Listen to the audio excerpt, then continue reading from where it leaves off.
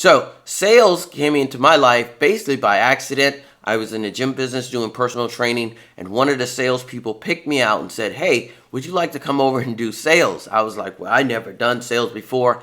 I've never been into that space."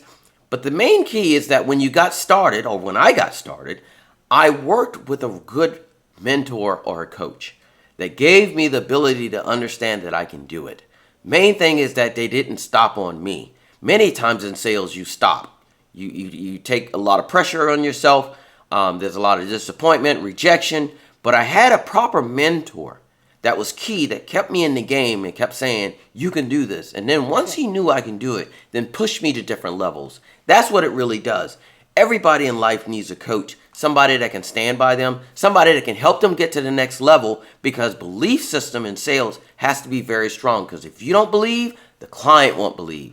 So the main thing is having a good mentor or coach that can provide you the confidence to get to these different levels, to prove to you that you deserve the type of commissions that you're going to get when you do this business. Thank you for listening.